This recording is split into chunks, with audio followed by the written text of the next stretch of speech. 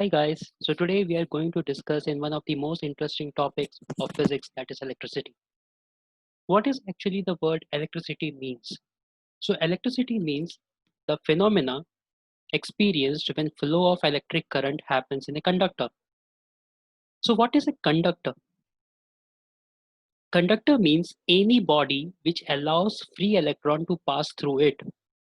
When we talk about the term electricity, which means the phenomena experienced when flow of electric current happens in a conductor, we have to go step by step to understand what each and every part means.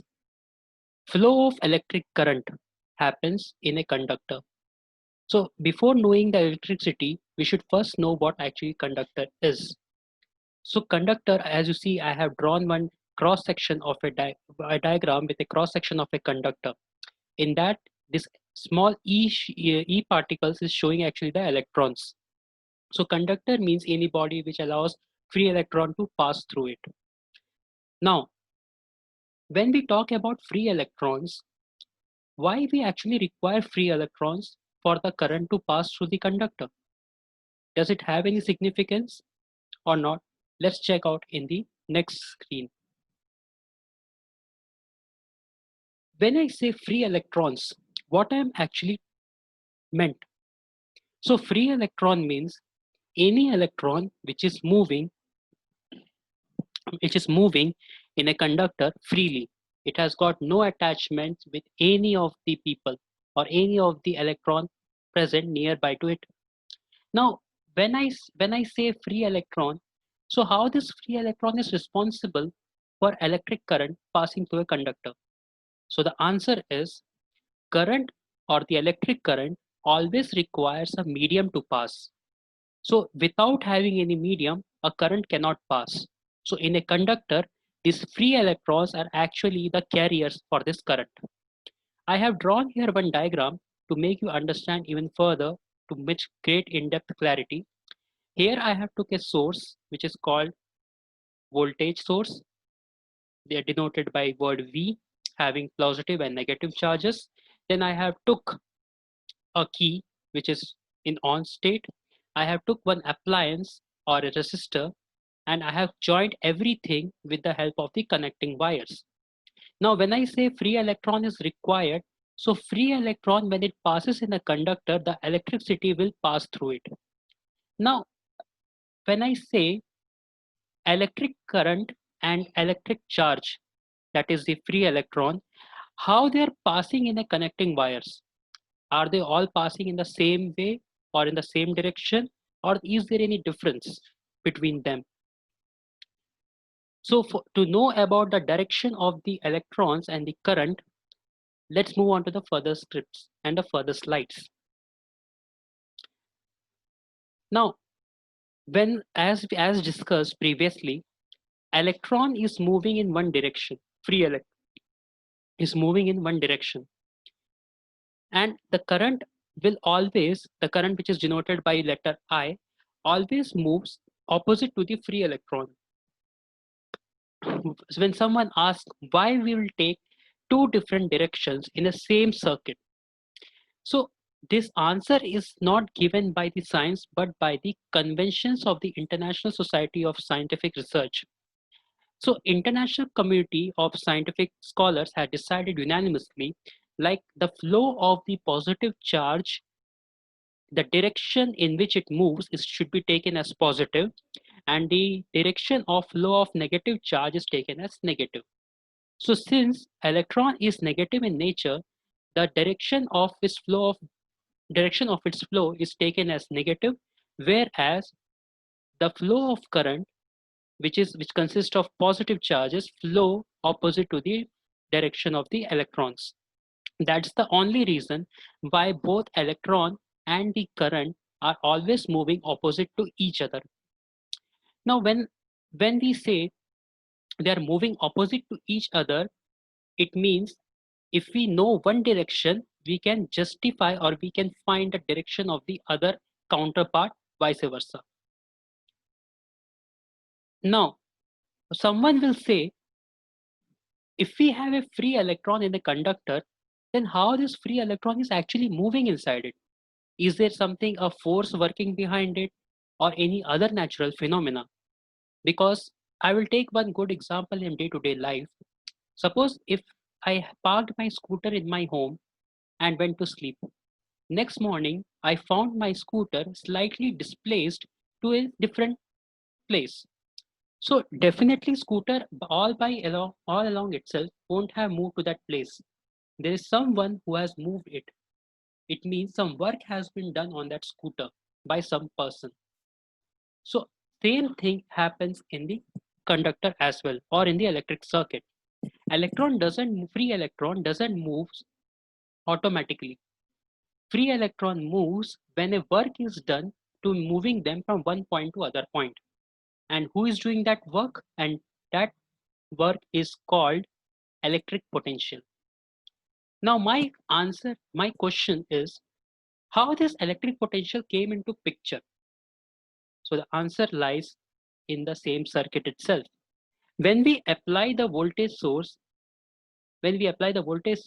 a potential work has been done on electricity on the electric charges, and electron moves from negative to positive. And since we know current always flow opposite to the direction of electrons, so the current will flow from positive to negative. So how this electric potential works? Before knowing how it works, we should first be very clear that what is actually the significance of electric potential. First of all, when I say about the word potential, what I am actually referring to in day-to-day life, when I say potential means the ability of a person to do some work in a good manner. Suppose if I say Mahendra Singh Dhoni is a very good captain, he has a potential to win a World Cup, which means the work he's supposed to do will make him achieve great fame in the coming days.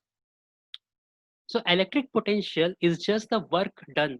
Electric potential is the work done in moving a unit positive charge from one point to other point.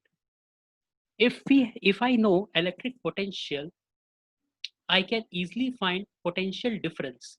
Now someone will say why we require potential difference when we actually have electric potential. So answer of this will be without having a potential difference, the current move won't. The current won't move. Why? Because if the electric potential of both sides are same, the amount of work done is zero. Because of this zero work done, the free electrons won't move, and once free electron won't move, the current won't flow. Let's discuss about in thorough in the next slides. Potential difference. The difference of electric potential at any point in a circuit is called the potential difference. So potential difference is necessary to let the current flow fluently in a circuit, because current always flows from higher potential to lower potential. If we don't have this potential difference, as you see VAB, which means potential at A minus potential of B is zero, then work done will be zero. Then as discussed, the current will be zero. So potential difference is very necessary for the current to flow in a circuit. As it is said also, if the potential difference is there, current will surely flow. Or in one more manner, I can say, if there is a current, there's surety that there is a potential difference. But if there is a potential difference, it is not sure whether the current will flow or not. We'll discuss this in the coming slides also. Let's go to the next slide. Ohm is a name of the scientist has done tremendous work in the field of electricity and its studies.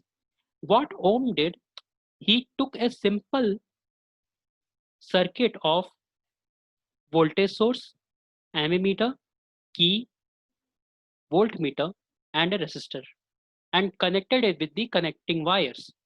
Now, what I say connecting wires means it's a conductor so that we can easily detect the flow of current.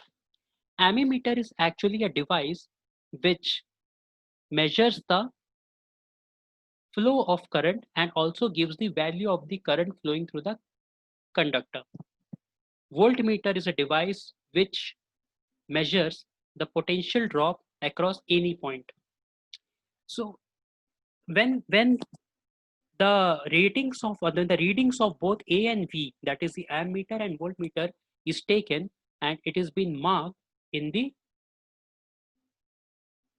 graph showing V as the value of the voltmeter, I as the value of the ammeter.